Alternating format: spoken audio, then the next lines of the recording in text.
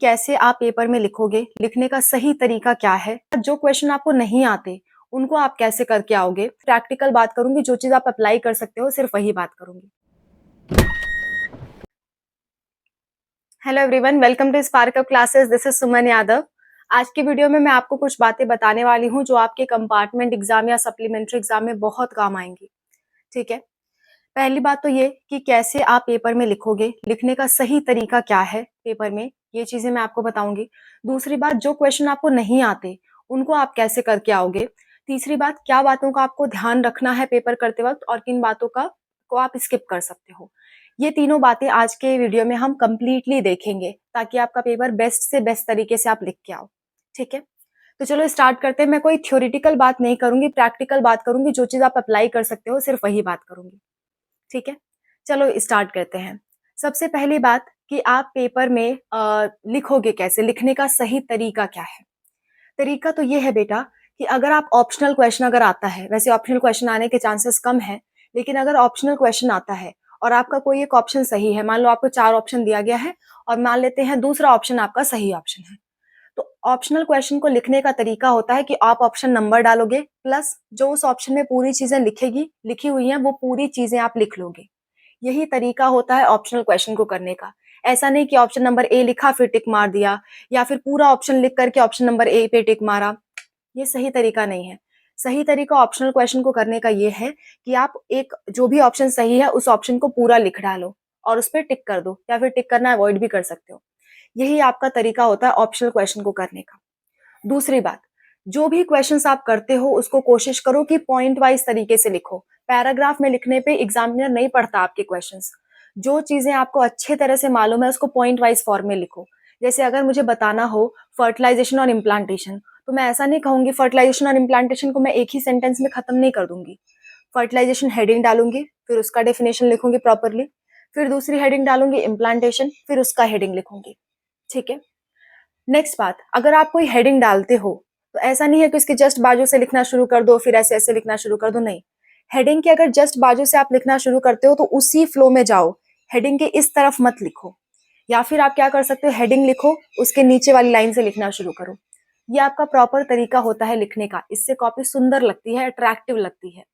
ठीक है, और एक बात, जो भी आपको ऐसा लगे एकदम पुख्ता आपको याद है कि यही इसका आंसर होगा और आपसे पूछ रखा है, तो उस पर्टिकुलर पॉइंट को क्या कर दो, अंडरलाइन कर दो। हाईलाइट करने का तरीका होता है अंडरलाइन कर दो, ताकि एग्जामिनर की तुरंत नजर उस पॉइंट पे पड़े और वो आपको मार्क्स दे। पर ऐसा तभी करना जब आपको उस चीज पे कॉन्फिडेंस हो कि ये चीज जो मैंने लिखी है वो बिल्कुल सही लिखी है। जैसे अगर आप लिख रहे हो father of genetics is Mendel, ठीक है, तो मेंडल को क्या करोगे, अंडरलाइन कर दोगे ताकि एग्जामिनर की तुरंत नजर उस पर पड़े। ठीक है, ये एक तरीका हो गया आपके क्वेश्चंस को लिखने का। नेक्स्ट, अगर आप एक आंसर फिनिश करते हो उसके बाद एक हॉरिजॉन्टल लाइन खींच दो या 2-3 लाइन का गैप दो, उसके बाद ही दूसरा आंसर लिखना शुरू करो। और कभी भी नया क्वेश्चन पेपर के लास्ट से शुरू मत करना। मान लो लास्ट में 3-4 लाइन आपके पास बची है, वहां से आप आंसर लिखना शुरू कर रहे हो, नहीं, नेक्स्ट पेज से आंसर लिखना शुरू करना ताकि आपका आंसर प्रॉपर लगे। ठीक है, और अगर मान लो आपको कोई एक आंसर आता है और आपको डिटेल में आता है लेकिन क्वेश्चन में पूछ रखा है सिर्फ एक नंबर में, तो वहां आप लगे डिटेल में लिखने, तो ये सही तरीका नहीं है। भले आपको आता है, एक नंबर में पूछा है तो 2-3 लाइन से ज्यादा मत लिखना। ऐसा नहीं कि 5-6 लाइन एक पेज भर दिया आपने एक नंबर के क्वेश्चन में, ये गलत तरीका है।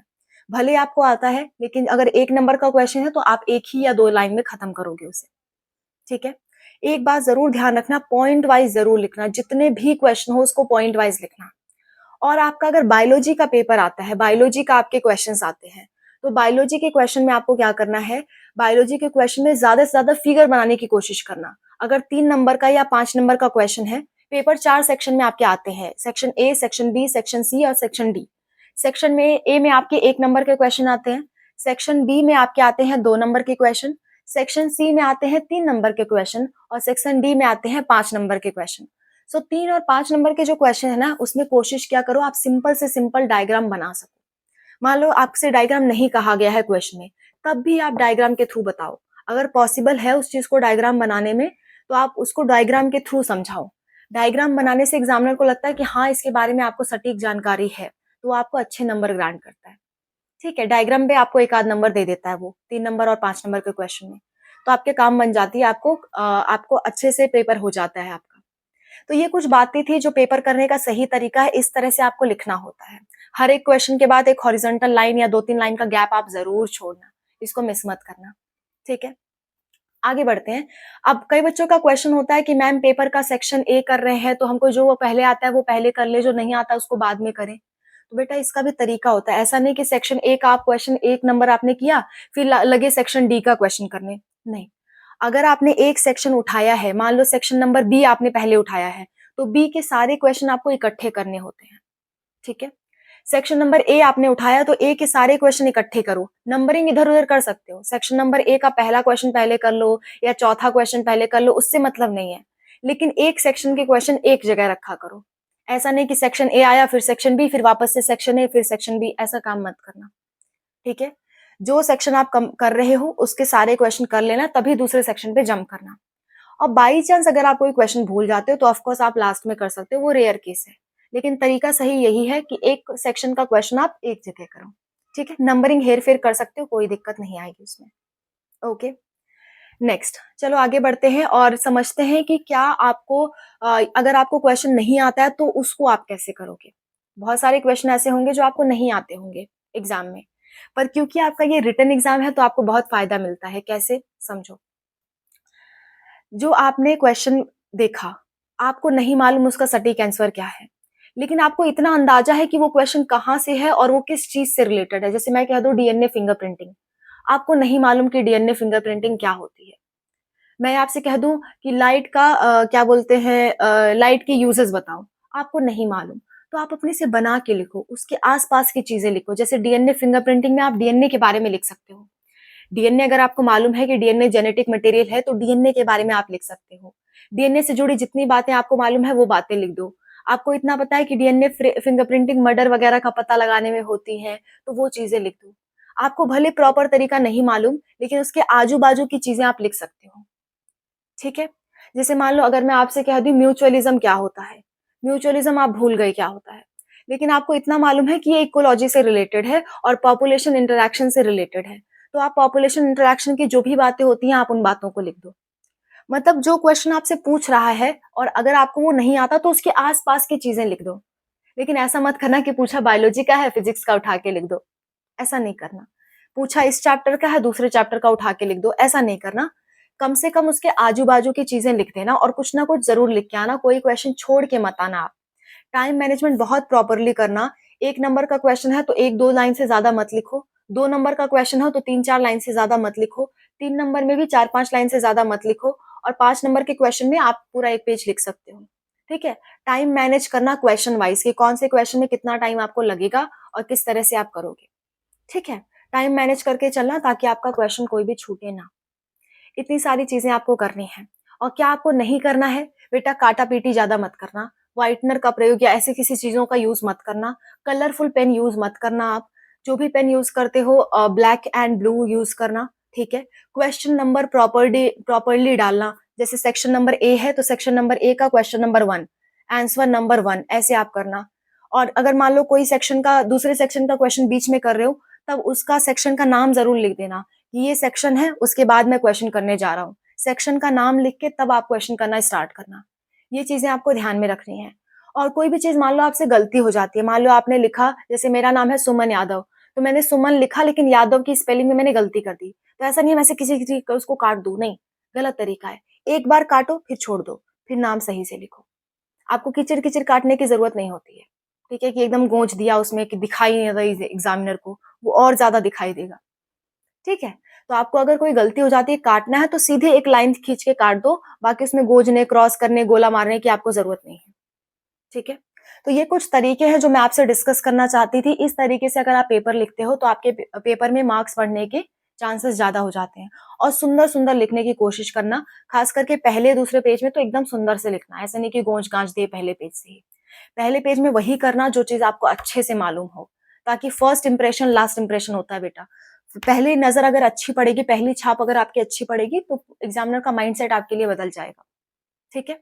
तो इस तरह की कुछ बातों का आप ध्यान रख सकते हो एग्ज़ाम के दौरान। एंड आई विश आप सबका एग्ज़ाम बहुत अच्छे से हो। कोई टेंशन, कोई परेशानी मत लो। सारे क्वेश्चन करके आना, भले आए या ना आए, एटलीस्ट उसके आस-पास की चीज़ें करके आना। ठीक है?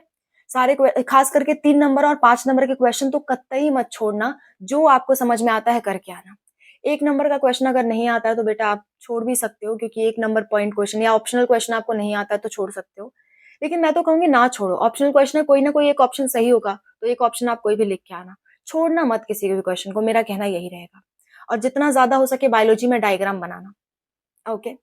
और अगर केमिकल रिएक्शंस आप लिखते हो, जैसे मान लो केमिस्ट्री का कोई क्वेश्चन है, आप कोई केमिकल रिएक्शन लिख रहे हो, तो रिएक्शन में आप मतलब मान लो कोई आपने एसिड और बेस का न्यूट्रलाइजेशन किया, एसिड बेस मिलकर के सॉल्ट बनाते हैं, तो उसका एक एग्जाम्पल लिख देना बेटा। एग्जाम्पल लिखने की वजह से ना आपको मार्क्स अच्छे मिल जाते हैं केमिस्ट्री में और फिजिक्स में।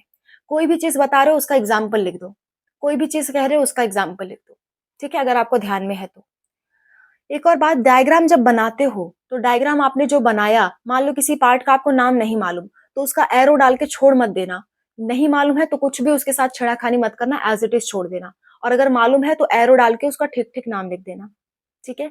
स्पेलिंग पे बहुत ध्यान देना, स्पेलिंग गलत आपको नहीं लिखनी है। ज्यादातर स्पेलिंग आपको सही सही लिखनी है, गलत स्पेलिंग आपको नहीं लिखनी है, ठीक है। तो इतनी सारी बातें थी मेरी तरफ से। I wish you all the best. I hope आप सबका एग्जाम बहुत अच्छा हो, और आप सब मुझसे जरूर शेयर करना कि आपसे कितने क्वेश्चन बने, कितने नहीं बने। और मैं आपको कैरियर गाइडेंस भी प्रोवाइड करती हूँ कि आपको आगे क्या करना चाहिए। आपके इतने परसेंट है 12th में, या आपका इस क्षेत्र में इंटरेस्ट है, तो आपको कैसे उस क्षेत्र में आगे बढ़ना चाहिए, आपको क्या करना चाहिए, इसकी मैं पूरी गाइडेंस आपको प्रोवाइड करती हूँ 12th के बाद। तो आप वो भी चीजें मुझसे पूछ सकते हो कमेंट्स में, मैं हमेशा अवेलेबल हूँ। मैक्सिमम कमेंट का मैं रिप्लाई कर देती हूँ बेटा, एक आध छूट जाते हैं क्योंकि मैं कितना टाइम दूंगी, है ना। मेरी भी मजबूरी समझो, मैं किसी का जानबूझ के नहीं छोड़ना चाहती, लेकिन एक आध कभी कभी छूट जाते हैं। पर मैक्सिमम मैं रिप्लाई देती हूँ, मैक्सिमम मैं रिप्लाई देती हूँ, मतलब 100 में लगभग 80-90 तो मैं रिप्लाई दे देती हूँ। कोई 10 छूट जाते होंगे, ठीक है, तो वो दोबारा से कमेंट्स कर देंगे तो मैं रिप्लाई दे दूंगी। और एक बात बेटा, कमेंट्स को स्पैम मत किया करो। आपका कोई डाउट है तो ऐसा नहीं कि 10 बार उसको टाइप कर दिया, इससे बाकी बच्चों का टाइम वेस्ट होता है। मैं आपका 10 बार देखूंगी, उसे उसके बजाय मैं 10 लोगों का देख सकती थी, ठीक है। तो ऐसी सारी चीजें आप ध्यान रखो। And yes, previous year question मैंने एक क्वेश्चन आपको करा दिया है। आज का जो प्रीवियस ईयर क्वेश्चन की वीडियो है ना, उसका वीडियो आपको थोड़ा सा लेट मिलेगा, क्योंकि मैं ये सब वीडियो अपलोड कर रही हूँ तो थोड़ा सा टाइम लग जाएगा उसमें। रात के 8-8 बजे तक आपको वीडियो मिल जाएगा, ठीक है। तो चिंता मत करना। Wish you all the best, मिलते हैं नेक्स्ट वीडियो में।